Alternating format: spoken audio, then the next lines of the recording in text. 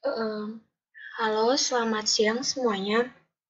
Oke, pada hari ini saya bakal ngejelasin sama teman-teman mengenai modul ke-8 yang judulnya itu keseimbangan umum antar pasar. Kemarin kita sudah mempelajarin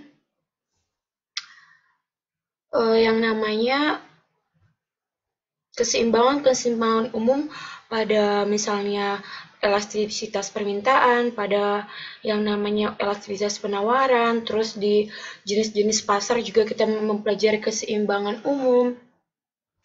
Jadi di modul 8 ini kita lebih mengulangin sebenarnya bagaimana sih unsur-unsur yang terkait dalam keseimbangan umum itu dan bagaimana kegagalan pasar jika tidak terjadi keseimbangan umum seperti itu.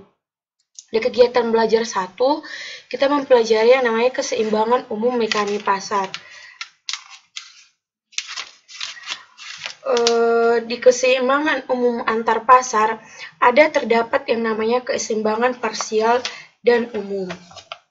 Dikatakan seperti ini, keseimbangan pasar parsial merupakan analisis keseimbangan harga dan output pada pasar yang merupakan komponen atau bagian sistem harga. Jadi, di sini dikatakan bahwa sistem harga itu bagaimana cara menganalisis dari sistem harga secara keseluruhan disebut analisis keseimbangan umum. Jadi keseimbangan pasar parsial itu diukur dari sebenarnya bagaimana lagi hubungan antara harga dan bagaimana output itu di pasar yang dituju seperti itu. Terus dikatakan di keseimbangan parsial ini bahwa gambaran analisis mula-mula adalah perubahan di suatu pasar akan berdampak pada perubahan pada pasar-pasar lain yang berhubungan dan kemudian menggunakan model sederhana dua industri dan dua input faktor produksi dan disajikan hubungan antar pasar dengan menggunakan analisis ekonomi mikro.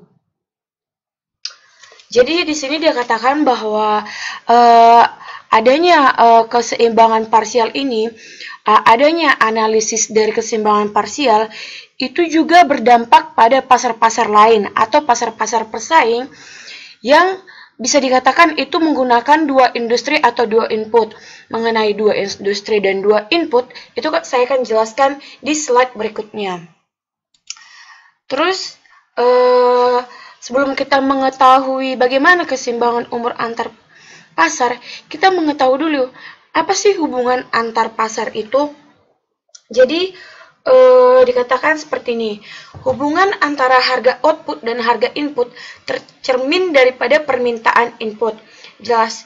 Jadi jikalau permintaannya itu mengalami kenaikan, maka outputnya juga mengalami kenaikan atau penambahan, dan juga harga input dari harga pembelian input itu juga dapat mengalami yang namanya harganya itu rendah. Karena apa? Permintaan inputnya dibeli secara banyak. Jadi kan biasanya kalau kita membeli secara banyak, biasanya kan harganya itu relatif di bawah karena membeli secara grosir seperti itu. Terus dikatakan dalam jangka panjang, menengah, dan panjang, harga input yang tinggi akan menarik perusahaan-perusahaan dalam industri tersebut masuk. Dikatakan lagi seperti ini, bila harga input berubah, maka industri masuk mencoba mengubah kombinasi input yang digunakan agar diperoleh alokasi input-input yang memberi biaya terendah. Jadi di sini digunakan bagaimana sih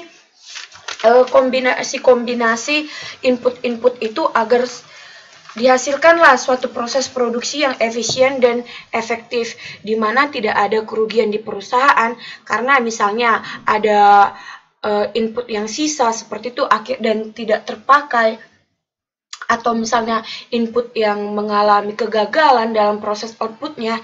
Jadi di sini dikatakan bahwa dicobalah para industri untuk mengkombinasi input-input sehingga menghasilkan sesuatu yang efektif dan efisien.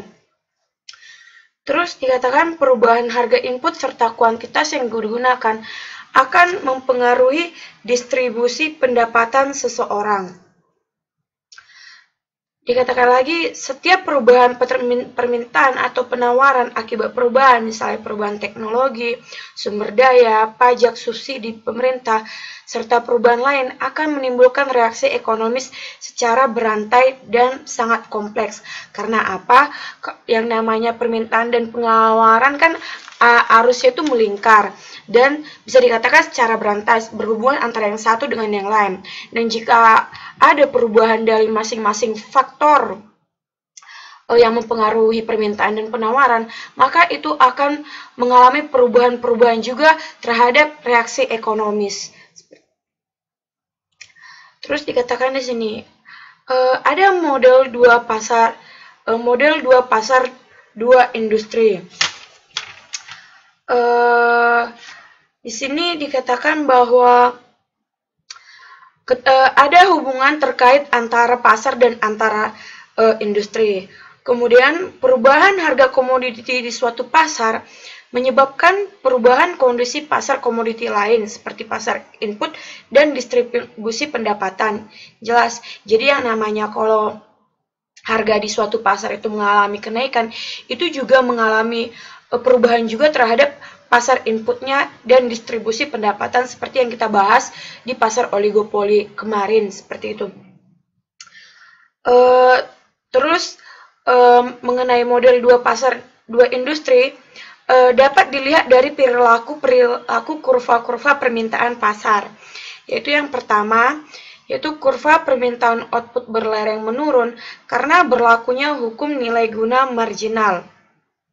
Kemarin kita sempat juga membahas mengenai hukum nilai guna marginal yang menurun, yaitu mengenai seorang atlet yang meminum, bagaimana sih daya kepuasan maksimal, daya nilai guna atau daya kepuasan dia dalam pemakaian, dalam saya meminum air. Dia meminum segelas, bagaimana nilainya itu jikalau dia meminum di gelas yang kedua dan gelas yang ketiga dan gelas yang keempat. Jadi disinilah yang dimaksud hukum guna marginal yang menurun, yang artinya untuk setiap satuan produk yang dikonsumsi memberikan tambahan kepuasan kepada konsumen. Seperti itu. Itulah yang dimaksud dengan hukum nilai guna marginal yang menurun, seperti marginal tambahan. Jadi jika ditambah lagi, maka nilai kepuasan itu akan mengalami yang namanya bisa dikatakan penurunan, seperti itu.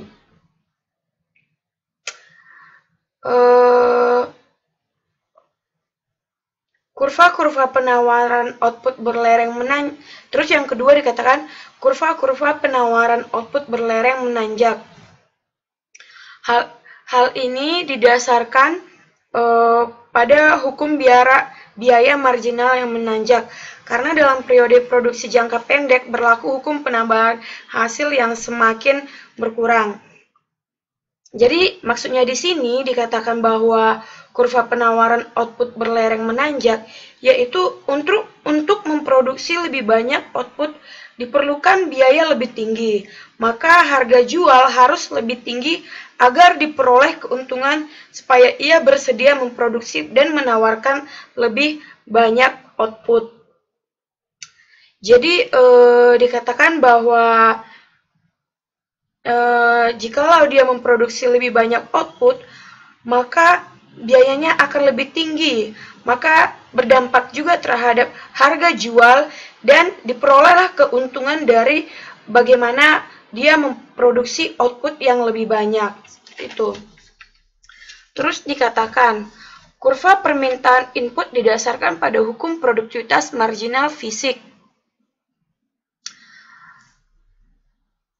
Yang semakin berkurang atau hukum penambahan hasil yang semakin menurun. Hukum ini menyatakan setelah melampaui titik tertentu, setiap tambahan satuan faktor produksi variabel akan menghasilkan kenaikan output total dan jumlah yang semakin sedikit. Jadi misalnya, kalau misalnya ada kenaikan satu produksi variabel, harga suatu produksi variabel, maka akan menghasilkan kenaikan output total juga. Misalnya faktor produksi variabel tenaga kerja. Jikalau terjadi penambahan tenaga kerja, maka menghasilkan output yang bertambah juga seperti itu. Itulah yang dikatakan hukum penambahan hasil yang semakin menurun. Terus dikatakan kurva penawaran faktor produksi variabel tenaga kerja mencerminkan preferensi individu untuk bermalas-malas atau bekerja. Jadi, dikatakan bahwa perusahaan harus membayar tingkat upah lebih tinggi agar bisa memperkerjakan lebih banyak tenaga kerja. Dan jikalau dia melakukan pemaksaan terhadap tenaga kerja untuk yang namanya kerja paksa seperti itu, malah mengakibatkan sebenarnya yang namanya tenaga kerja itu akan bermalas-malasan karena tidak sesuai dengan upah yang dia dapatkan seperti itu. Terus di sini di halaman 8.6 ada yang namanya dia pasar output.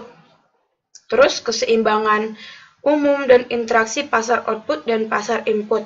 Jadi di sini ada yang namanya aliran melingkar seperti yang kita bahas di modul kedua. Jadi bagaimana sih sebenarnya biaya-biaya produksi, terus dia melakukan di pasar input, kemudian diolah di pasar input, terus di pasar input dia menghasilkan yang namanya pendapatan atau uang terhadap rumah tangga, selaku rumah tangga memberikan yang namanya tenaga, selaku tenaga kerja dalam pasar input, dan kemudian rumah tangga melakukan yang namanya pengeluaran terhadap barang-barang yang dihasilkan oleh sektor bisnis atau rumah tangga produksi seperti itu. Simpelnya mengenai yang namanya aliran mengenai gambar 81 keseimbangan umum dan interaksi pasar output dan pasar input. Terus dikatakan seperti ini, analisis keseimbangan umum menggambarkan bagaimana situasi berubah karena ada perubahan yang mengganggu keseimbangan serta bagaimana terbentuknya posisi keseimbangan baru. Jadi yang namanya keseimbangan umum ini, jikalau kita analisis, kita dapat mengetahui apa sih sebenarnya perubahan-perubahan yang terjadi sehingga ditemukanlah posisi keseimbangan yang baru karena perubahan-perubahan yang terjadi dalam keseimbangan umum ini.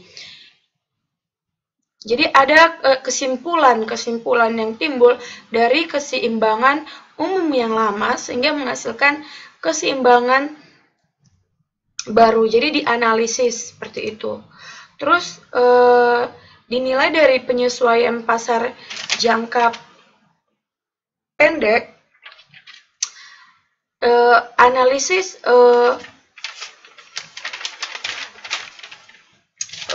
dari penilaian penyesuaian pasar jangka pendek, ada yang dinamakan dalam jangka pendek penyesuaian terjadi hanya terbatas pada keadaan dan struktur pasar, serta perusahaan berproduksi sesuai kapasitas yang telah ada, tanpa melihat pasar output kemungkinan masuk atau keluarnya perusahaan dari industri satu ke industri yang lain, atau antar pasar input dari jenis yang satu ke jenis yang lain. Jadi di penyesuaian jangka pendek di sini perusahaan lebih fokus terhadap proses output dan input di perusahaan tersebut tanpa melihat bagaimana sih sebenarnya tanpa melihat bagaimana sih sebenarnya keadaan pasar di luar dari industri persaingan seperti itu. Jadi dia di sini lebih fokus terhadap bagaimana sebenarnya pengolahan input untuk menghasilkan pengolahan output. Bagaimana yang namanya pengefisienan input dan sehingga menghasilkan output yang dapat memenuhi permintaan pasar seperti itu. Namun, dikatakan di penyesuaian pasar jangka panjang. Di penyesuaian jangka pendek, meliputi kemungkinan perluasan atau penciutan kapasitas produksi, dan juga kemungkinan masuk atau keluarnya perusahaan-perusahaan dari industri bersangkutan akibat perubahan keadaan pasar yang menyebabkan perubahan harga. Jadi di penyesuaian pasar jangka panjang ini dilihat dulu bagaimana sebenarnya sih keadaan penyesuaian jangka pendek. Jadi dikatakan lagi bahwa di penyesuaian jangka pendek itu adalah yang namanya bagaimana perubahan terhadap kapasitas produksi. Nah, dari hal ini dapatlah diprediksi bagaimana sebenarnya dalam jangka panjang perusahaan-perusahaan itu supaya menyesuaikan dirinya dalam persaingan perusahaan. Agar apa? Agar bisa tidak mengalami kebangkrutan. Jadi di sini di penyesuaian pasar jangka panjang ini melihat bagaimana penyesuaian jangka pendek sehingga dapat diputuskanlah bagaimana ekspektasi atau bagaimana perakiraan yang akan terjadi di yang akan datang, seperti itu. Jadi di sini dia lebih berpikir secara panjang lah, secara ke depan, seperti itu. Terus di sini ada juga penyesuaian pasar selanjutnya. Di dalam penyesuaian pasar selanjutnya, untuk mempengaruhi pasar output dan pasar input, dapat dilakukan analisis dengan mengubah model tak hanya meliputi 2 pasar output dan 2 pasar input, tetapi banyak pasar output dan banyak pasar input. Jadi dari yang 3 ini kita dapat mengetahui bagaimana pengalokasian pasar input dan pasar output. Terus di selanjutnya kita membahas bagaimana ekonomi kesejahteraan dan mekanisme harga. Jadi di dalam ekonomi kesejahteraan dan mekanisme harga ini dilakukanlah bagaimana kombinasi barang dan jasa yang memberikan kepuasan maksimum bagi konsumen. Di dalam sistem mekanisme pasar persaingan murni di pasar output dan input cenderung memproduksi kombinasi barang-barang dan jasa-jasa yang memberikan kepuasan maksimum bagi konsumen. Hal ini berhubungan dengan 3 masalah fundamental yang terjadi. 3 masalah fundamental yang terjadi yaitu bagaimana hal ini bisa terjadi, terus apa dan berapa yang harus diproduksi, bagaimana memproduksi, dan untuk siapa barang dan jasa-jasa tersebut diproduksi, seperti yang kita bahas di modul yang kedua. Jadi 3 masalah fundamental yang dihadapi perekonomian adalah apa, dan bagaimana, dan untuk siapa. Nah, dari yang namanya 3 masalah fundamental ini, kita dapat menghubungkan itu terhadap bagaimana sistem ekonomi kesejahteraan menciptakan ekonomi kesejahteraan. Dikatakan bahwa yang pertama kepentingan pribadi serta situasi pasar persaingan murni yang menyebabkan produsen memproduksi dan menjual input pada harga sama dengan biaya marginal. Jadi dikatakan bahwa adanya kepentingan pribadi serta situasi pasar persaingan murni sehingga produsen melakukan keputusan dalam proses produksi. Terus yang kedua, persaingan memaksa para produsen berproduksi dan biaya rendah. Jadi ada yang namanya persaingan. Terus 3, kondisi persaingan yang membuat konsumen bebas memilih dalam rangka memaksimumkan kepuasan mereka.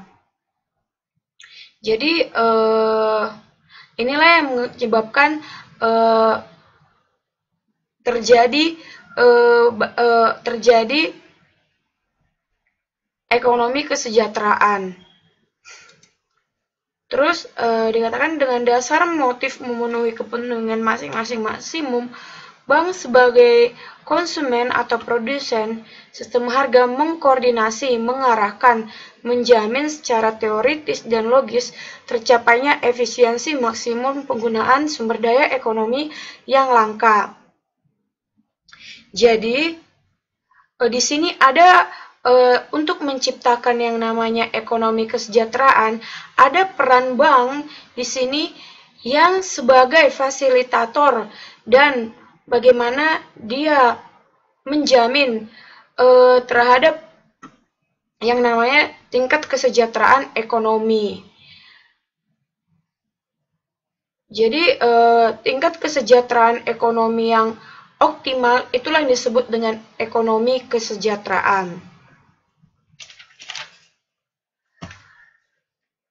Terus ada di dalam mekanisme harga keseimbangan ada data nyata dan harga keseimbangan. Asumsinya seperti ini. Ketidaksempurnaan pasar terjadi misalnya karena adanya monopoli produsen berupaya agar memperoleh keuntungan maksimum, memproduksi pada tingkat output lebih rendah, dan menjual dengan harga lebih tinggi daripada persaingan murni. Jadi, di dalam pasar itu sering ditemukan bahwa adanya monopoli produsen yang berupaya untuk memperoleh keuntungan banyak. Padahal bisa dikatakan produsen itu bukan merupakan jenis perusahaan monopoli. Terus yang kedua, ditemukan data bahwa ketidaksempurnaan pasar di dunia nyata menyebabkan alokasi sumber daya menjadi kurang efisien dan sistem harga persaingan kurang responsif terhadap perubahan kemajuan teknologi. Selera atau perubahan tersedianya sumber daya dibandingkan pasar persaingan murni. Jadi, sering ditemukan bahwa adanya penggunaan sumber daya yang tidak efisien dan tidak responsif terhadap perubahan kemajuan teknologi atau lebih menggunakan sistem tradisional. Seperti terus di dalam itu mengenai dunia nyata atau data nyata dan harga keseimbangan. Terus di keseimbangan umum input dan output seperti yang kita bahas seperti di jangka pendek, jangka panjang, dan jangka selanjutnya. Di sini ada sebuah tabel yaitu tabel 81 yaitu tabel input output dan yang menunjukkan data hipotesis dengan 4 sektor dalam rumah tangga. Halaman 8.15. Sektor-sektor produksi produsen yaitu logam, mesin, tekstil, energi, pertanian ataupun pangan, serta rumah tangga yaitu tenaga kerja. Jadi 4 itu adalah logam, tekstil, energi, dan pertanian, dan rumah tangga yaitu tenaga kerja di nomor 5. Itu selaku sektor produsen atau sektor produksi. Kemudian di sektor pemakai konsumen itu ditemukan lagi lah yang namanya sektor produksi produsen, yaitu kembali logam dan mesin, tekstil dan industri kecil, energi, pertanian, pangan, rumah tangga, dan tenaga kerja. Jadi di sini adanya hubungan timbal balik antara sektor konsumen dan sektor produksi produsen. Jadi fungsi dari tabel ini adalah untuk perencanaan dan peramalan bagaimana penyusunan kebijakan ekonomi agar konsisten. Dari angka-angka ini dapat ditentukan bagaimana sih sebenarnya kebijakan ekonomi, misalnya dalam sistem harga, dalam sistem namanya investasi. Jadi dari sini dapat disimpulkan dapat dibuat suatu kebijakan ekonomi. Dan dikatakan bahwa dengan melihat secara horizontal dapat dilihat banyaknya satuan output total dan masing-masing sektor dipakai atau dihabiskan oleh 5 sektor yang ada. Misalnya logam dan mesin menghasilkan di sektor produksi produsen menghasilkan logam dan mesin. Itu juga dipakai oleh konsumen, yaitu logam dan mesin sebanyak 100. Begitu juga logam yang dipakai oleh perusahaan tekstil dan industri kecil, yaitu 650. Begitu juga energi. Jadi dia secara horizontal dilihat bagaimana suatu satuan output itu dipakai oleh sektor pemakai konsumen. Dan dikatakan dengan melihat secara vertikal dapat dilihat banyaknya satuan output yang diproduksi oleh masing-masing sektor yang dipakai sebagai input sektor-sektor tersebut. Jadi di sini dikatakan misalnya logam dan mesin memakai logam dan mesin 100, dan kemudian dia memakai tekstil dan industri kecil sebanyak 400. Kemudian terhadap energi dia memakai 150. Dan terhadap logam dan mesin, dia memakai pertanian dan pangan. Seperti itu. Terus, seperti setiap sektor menggunakan output sektor lain sebagai input. Dan di samping itu, output juga digunakan dikonsumsi oleh sektor itu sendiri. Kembali tadi, seperti arus timbal balik. Terus, perluasan produksi suatu sektor akan menimbulkan dampak di sektor lain dan mempengaruhi hampir semua sektor dalam perekonomian.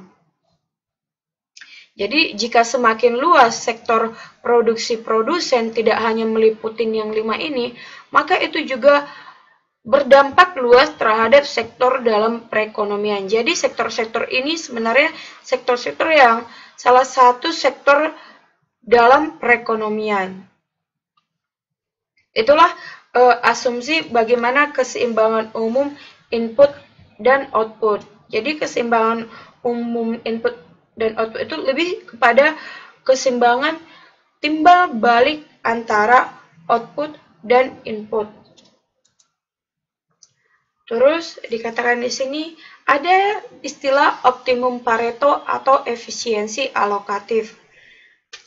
Pengertian dari optimum Pareto atau kondisi optimum Pareto adalah keadaan di mana setiap perubahan atas keadaan yang ada mengakibatkan keadaan beberapa anggota masyarakat banyak lebih baik, namun mengakibatkan keanggotaan masyarakat yang lain menjadi lebih buruk. Jadi di sini untuk mencapai yang namanya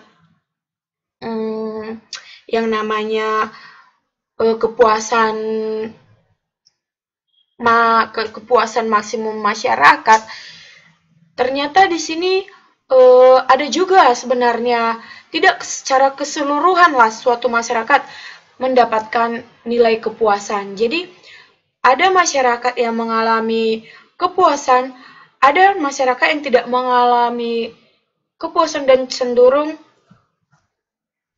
dikorbankan malah dan kondisinya itu malah lebih buruk seperti itu. Di sini salah satu cara untuk melihat optimal Pareto adalah dengan menggunakan grafik batas kemungkinan daya guna yang merupakan batas kombinasi banyak output fisik optimal yang dapat diproduksi oleh masyarakat. Jadi, untuk mengetahui bagaimana keadaan optimal Pareto, itu menggunakan grafik batas kemungkinan daya guna. Dan di halaman 18 itu ada gambar 8.3. Di situ ada dia UF0, yaitu kurva batas kemungkinan nilai guna. Nah, dari sinilah kita dapat menganalisis bagaimana sebenarnya keadaan optimum Pareto itu. Ada dua sumbu yang menyatakan ada dua orang dengan sumbu tegak UA. Jadi, UA itu adalah kepuasan individu A, dan UB itu adalah kepuasan individu B. Dari sebuah barang yang dikonsumsi. Kemudian pergerakan dari titik D ke titik E merupakan terjadinya redistribusi. Dan yang dimaksud dengan redistribusi yaitu kenaikan nilai guna untuk A dan penurunan nilai guna untuk B. Artinya kan kita bisa melihat di dalam kurva batas kemungkinan ini D itu kan cenderung kepada UB. Jadi di sini bisa dikatakan bahwa penurunanlah nilai guna terhadap UB. Sementara E itu semakin menjauhi yang namanya kurva batas kemungkinan nilai guna. Jadi semakin tinggilah kenaikan nilai guna atau nilai kepuasan untuk A. Jadi dengan menggunakan batas kemungkinan nilai guna, maka dapat dikatakan situasi yang menggambarkan efisiensi alokatif tercapai pada titik sepanjang garis batas kemungkinan nilai guna atau UFO. Jadi di kurva batas kemungkinan nilai guna inilah suatu titik yang bisa dianalisis puas atau tidak puasnya suatu keadaan individu dalam mengkonsumsi barang. Jadi, jikalau dia semakin mendekati kurva batas kemungkinan nilai guna, semakin menurunlah nilai kepuasannya itu. Dan jikalau dia di bawah kurva batas kemungkinan nilai guna, maka bisa diasumsikan bahwa konsumen tidak puas terhadap suatu pemakaian barang. Terus untuk mendalami atau menganalisis mekanisme keseimbangan pasar, itu dapat kita melakukan yang namanya surplus konsumen. Apa sih surplus konsumen itu? Surplus konsumen adalah selisih antara nilai yang dibayar oleh konsumen, yaitu nilai pasar dan manfaat total yang diperoleh konsumen, dan itulah yang disebut dengan surplus konsumen. Jadi di sini ada nilai lebih yang didapatkan oleh konsumen dalam mengkonsumsi suatu barang. Itu surplus. Plus berarti tambahan kepuasan yang didapatkan oleh konsumen. Terus dikatakan surplus konsumen muncul karena konsumen membayar harga yang sama untuk setiap barang yang dibeli. Artinya, jikalau dia membeli barang terhadap harga itu, padahal bahwa kepuasan yang dia dapat itu melebihi dari harga sesuai harga yang dia bayar, seperti itu. Itulah yang mengakibatkan munculnya surplus konsumen. Di dalam surplus konsumen berlaku hukum daya guna marginal yang menurun, yaitu satuan yang dibeli dan dikonsumsi lebih dulu akan berharga atau memberikan kepuasan atau manfaat lebih besar daripada unit yang dikonsumsi berikutnya. Disinilah teori yang kemarin itu seorang atlet yang meminum air. Jadi jikalau dia mengkonsumsi lagi, kemudian mengkonsumsi di dua kali, di ketiga kali, maka bisa kita pastikan bahwa nilai kepuasannya itu akan semakin menurun, seperti itu. Itulah yang disebutkan bagaimana guna marginal atau tambahan yang menurun. Konsep surplus konsumen digunakan untuk memutuskan sejauh mana suatu barang diproduksi atau dibangun, agar diperoleh manfaat total maksimal bagi masyarakat keseluruhan. Jadi, surplus konsumen ini, suatu produsen dapatlah mengambil atau mengidentifikasikan atau mengambil keputusan dari bagaimana surplus konsumen, sehingga dia dapat membangun dan kepuasan konsumen dan mengambil pangsa pasar. Terus ini ada surplus konsumen, ada juga surplus produsen, yaitu surplus produsen bila produsen mendapatkan keuntungan di atas biaya marginal. Jadi surplus produsen ini daripada keuntungan yang dia dapat. Dan di halaman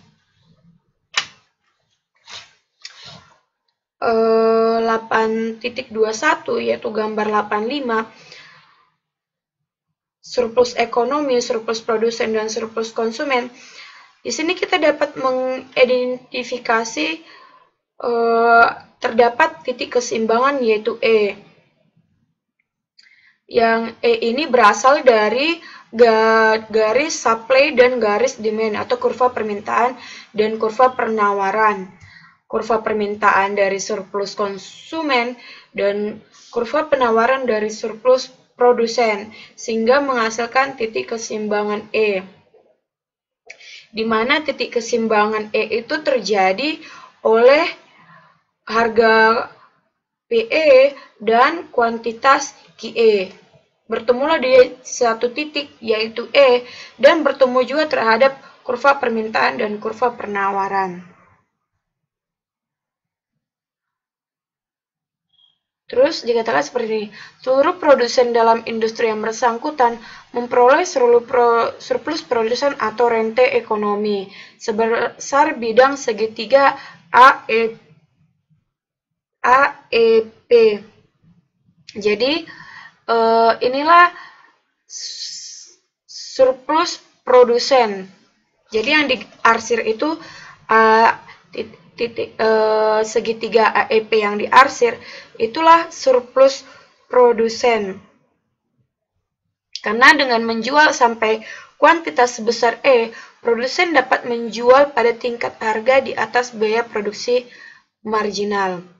Dan dilihat dari surplus konsumen terjadi jika pada harga dan kuantitas keseimbangan PE dan QE sebesar bidang segitiga BPEE yang diarsir itulah yang menjadi surplus konsumen.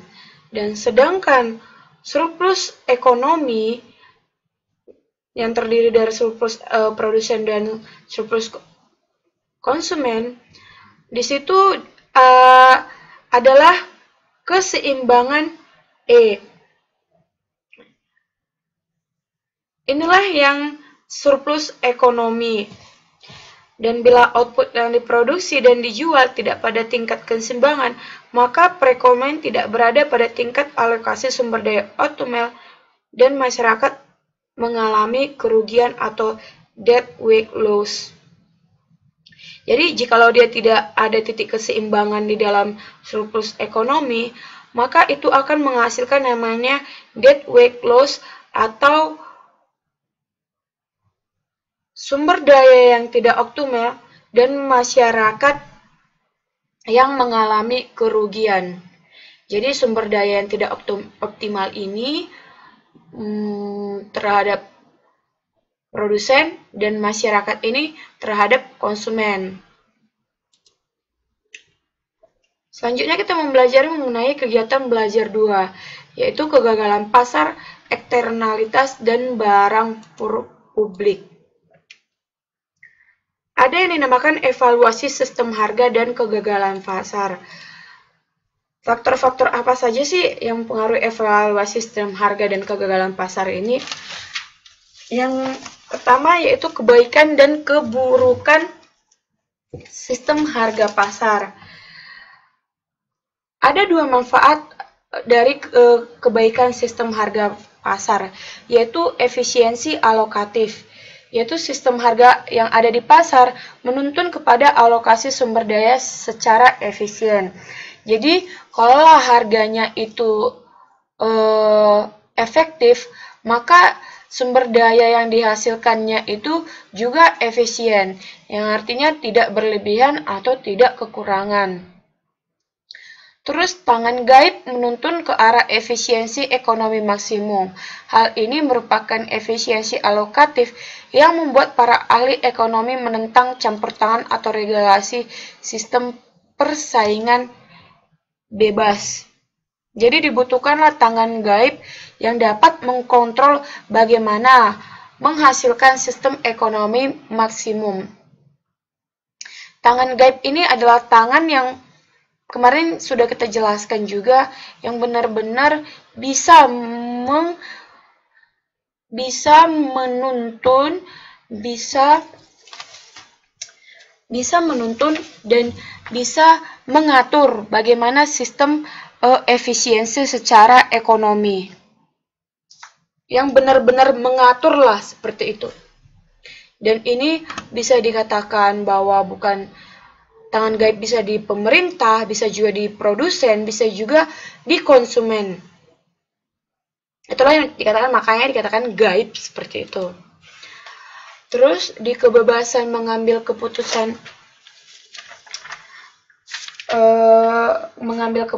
ekonomi, ada dia faktor-faktor yang dinamakan sistem harga pasar persaingan menjamin kebebasan perorang, namun yang menjadi masalah pokok ekonomi adalah bagaimana mengkoordinasikannya.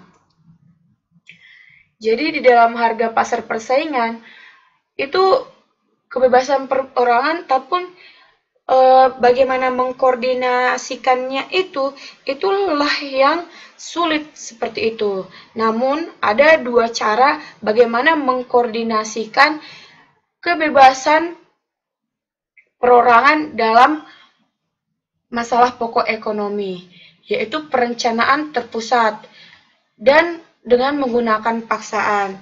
Jadi ada dia yang namanya suatu instruksi yang bersifat memaksa, suatu aturan yang bersifat memaksa agar semua orang mengikuti yang namanya aturan itu. Itulah untuk mengkoordinasikan atau mengkontrol kebebasan perorangan dalam masalah pokok ekonomi. Yang kedua, dikatakan melalui sistem harga persaingan tanpa instruksi atau paksaan. Jadi di sini berlaku sistem harga persaingan yang tidak bersifat memaksa atau bersifat memerintah.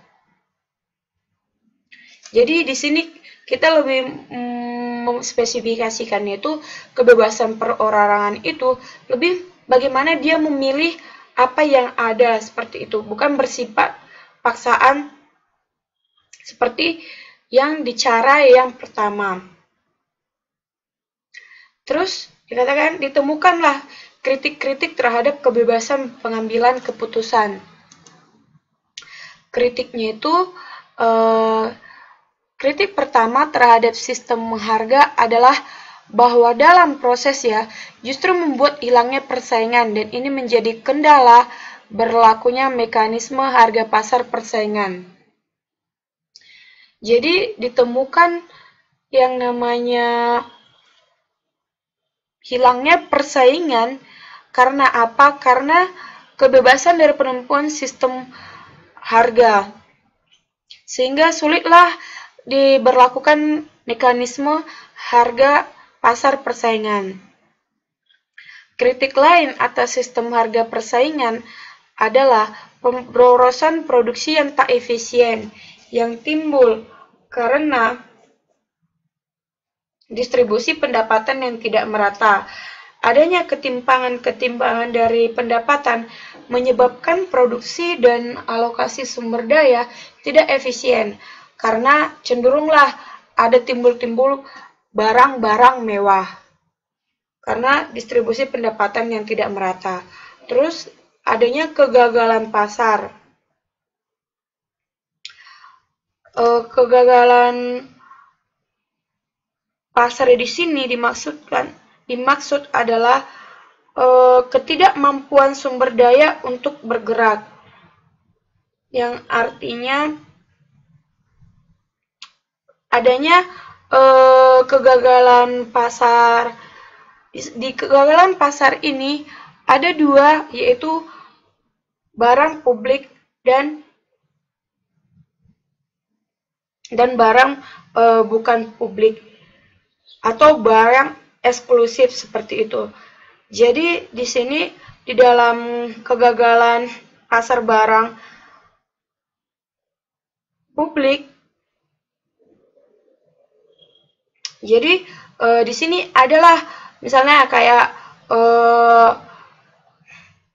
penggunaan jalan raya seperti itu, dan ataupun pendidikan. Jadi karena dia bersifat publik, maka di situ dia tidak mampulah mengidentifikasikan siapa yang bisa mendapatkan pendidikan yang layak ataupun pendidikan yang murah seperti itu. Itulah mengakibatkan kegagalan pasar. Bisa juga kegagalan pasar ini dari yang tadi sumber daya yang tidak atau faktor produksi yang tidak efektif. Tangan gaib dan kegagalan pasar. Ada 3 elemen utama dalam kegagalan pasar, yaitu kondisi persaingan tak sempurna, eksternalitas, dan barang publik. Kembali dibahas seperti yang ada di kritik lain ini. Yang pertama dikatakan persaingan tak sempurna atau murni. Dikatakan bahwa mekanisme pasar diperoleh bila syarat berlakunya persaingan murni dipenuhi, yaitu di mana proses produksi ini benar-benar menghasilkan yang namanya kurva permintaan. Yang dimaksudkan seperti ini, bila banyaknya produsen penjual hanya sedikit, maka tak ada jaminan barang dijual pada harga sebesar biaya marginal. Jadi tidak ada pengefisiensian dan efektif dalam hal ini. Jadi dibutuhkanlah tangan gaib untuk dan menuntun dan menyelesaikan bagaimana agar perataan produsen-produsen sehingga mampu saling bersaing seperti itu dan saling berkompetitif. Terus di eksternalitas dikatakan bahwa eksternalitas terjadi pada kasus pencemaran udara, di mana sebuah pabrik mengeluarkan asap atau debu yang mengganggunya kesehatan atau ketentraman dan harta milik masyarakat yang seharusnya.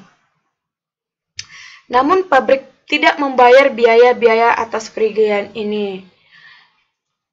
Disinilah yang mengakibatkan bahwa eksternalitas ini adalah di sini bahwa perusahaan tidak peduli terhadap apa yang terjadi di luar dari proses produksi.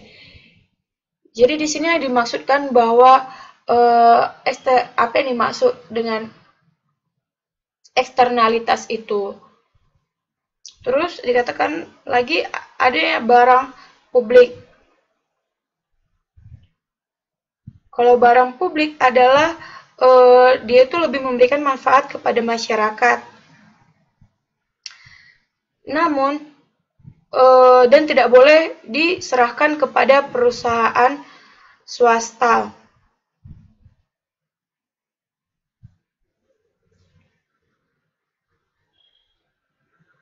Jadi dikatakan bahwa pemerintahlah yang wajib menyediakan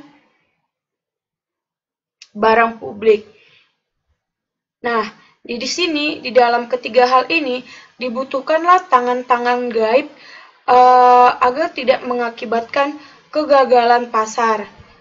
Misalnya di dalam barang publik itu dibutuhkan pemerintah, di dalam eksternalitas itu dibutuhkan yang namanya kebijakan-kebijakan perusahaan. Di dalam persaingan tak sempurna ini dibutuhkan juga bagaimana rumah tangga produksi melakukan pengefektifan dan efisiensian input dan output agar mampu bersaing terhadap pasar yang lain seperti itu. Itulah yang dimaksud dengan tangan gaib dalam tiga hal ini. Terus dikatakan realokasi sumber daya dan penanggulangan eksternalitas. Di dalam realokasi sumber daya akibat eksternalitas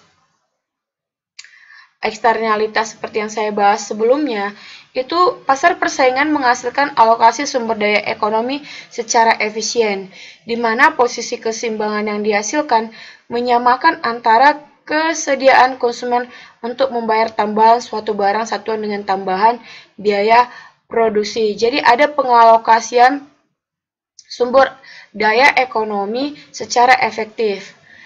Bila semua pasar dalam industri adalah kompetitif, maka tercapai alokasi sumber secara optimum atau efisiensi di antara berbagai alternatif. Terus dikatakan bahwa di sini dibutuhkanlah bagaimana pengalokasian dari sumber daya ekonomi itu. Selanjutnya, di luar dari eksternalitas ini ya,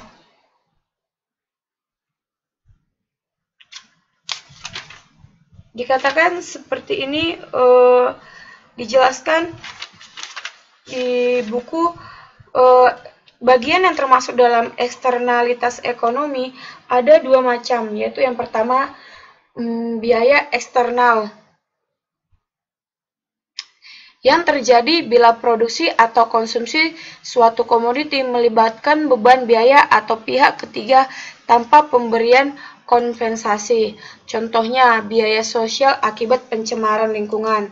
Karena pencemaran lingkungan itu bukan dari, seperti yang saya jelaskan tadi, bukan bagian dari proses produksi, itu merupakan di luar dari proses produksi, maka dibutuhkanlah di sini biaya eksternal, yaitu biaya sosial untuk mengatasi faktor-faktor eksternal di luar dari proses output. Nah, biaya sosial untuk pencemaran lingkungan. Dan yang kedua di sini yaitu manfaat dari eksternalitas itu.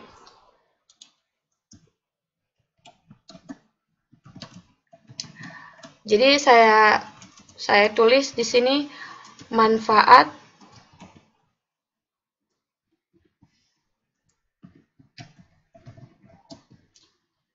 eksternal.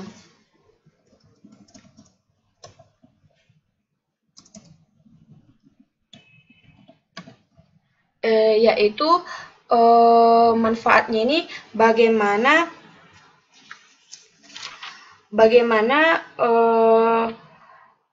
manfaatnya itu bisa dilihat dalam jangka panjang.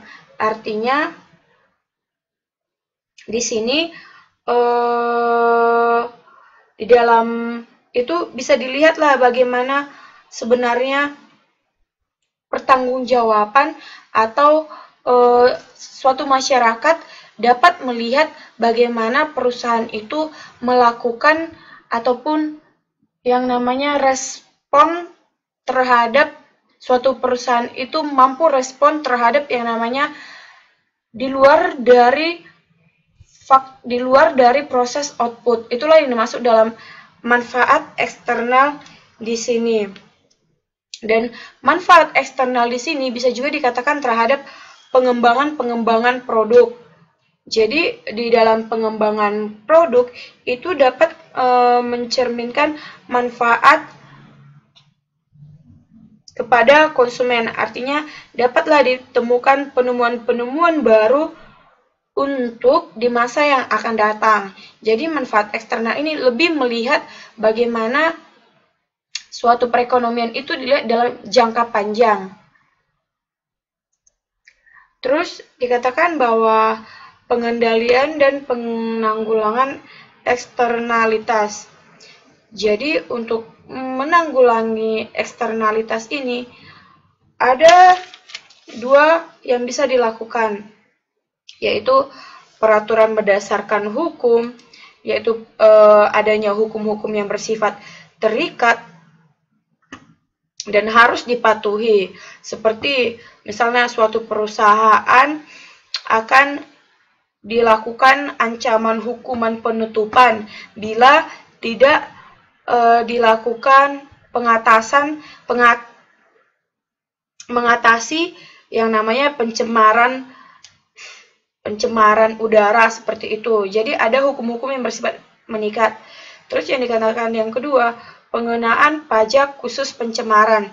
Jadi di sini boleh melakukan pencemaran, tapi dia harus membayar pajak yang tinggi terhadap yang namanya pencemaran yang dia lakukan.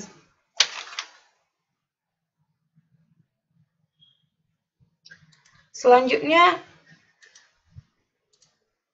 ada dikatakan barang publik dan kegagalan publik. Arti dari barang publik dan kegagalan publik ini yaitu barang publik dan jasa diproduksi dan dikonsumsi masyarakat. Barang dan jasa yang diproduksi dan dikonsumsi masyarakat dibedakan menjadi dua, yaitu barang publik dan barang private.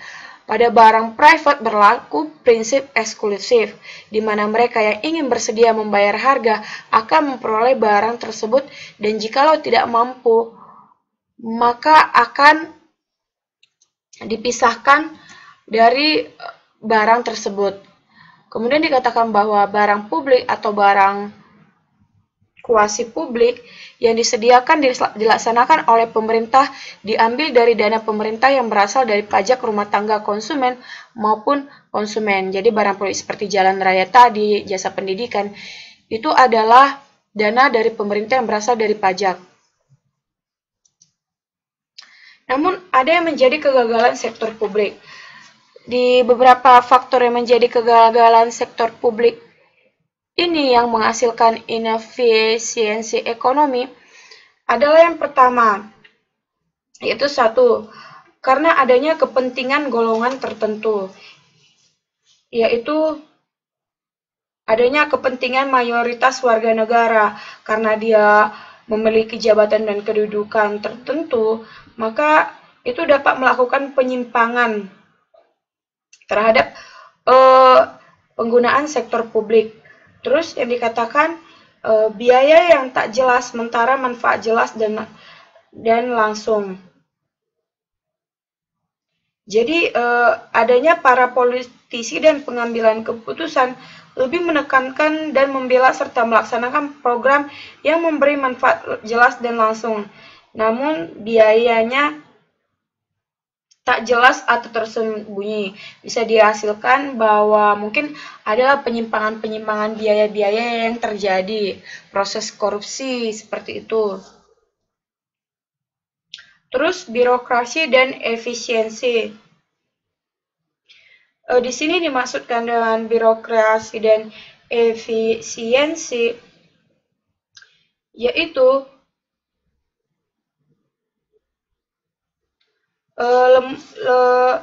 sektor swasta seringkali dikatakan lebih efisien dibandingkan lembaga sektor publik, jelas. Jadi jikalau kita lihat adanya birokrasi suatu negara yang sangat ruwet, sehingga terkadang itu menyebabkan misalnya perbedaan birokrasi di desa A dan di desa D itu berbeda. Itulah yang menyebabkan tidak efisiensinya bagaimana sektor publik di suatu negara. Sering kita temukan artinya birokrasi yang tidak jelas ya. Terus ketidaksempurnaan kelembagaan. Di sini ketidaksempurnaan kelembagaan yaitu adanya misalnya suatu lembaga-lembaga di suatu sektor publik namun tidak terdiri dari orang-orang yang potensial yang bekerja di lembaga tersebut. Nah, itulah yang dimaksud dengan ketidaksempurnaan kelembagaan ini. Jadi, orang-orang yang tidak mempunyai skill, itulah yang duduk di dalam sektor publik ini. Seringnya kita temukan hal seperti ini juga. Jadi itulah mengenai kegagalan sektor publik.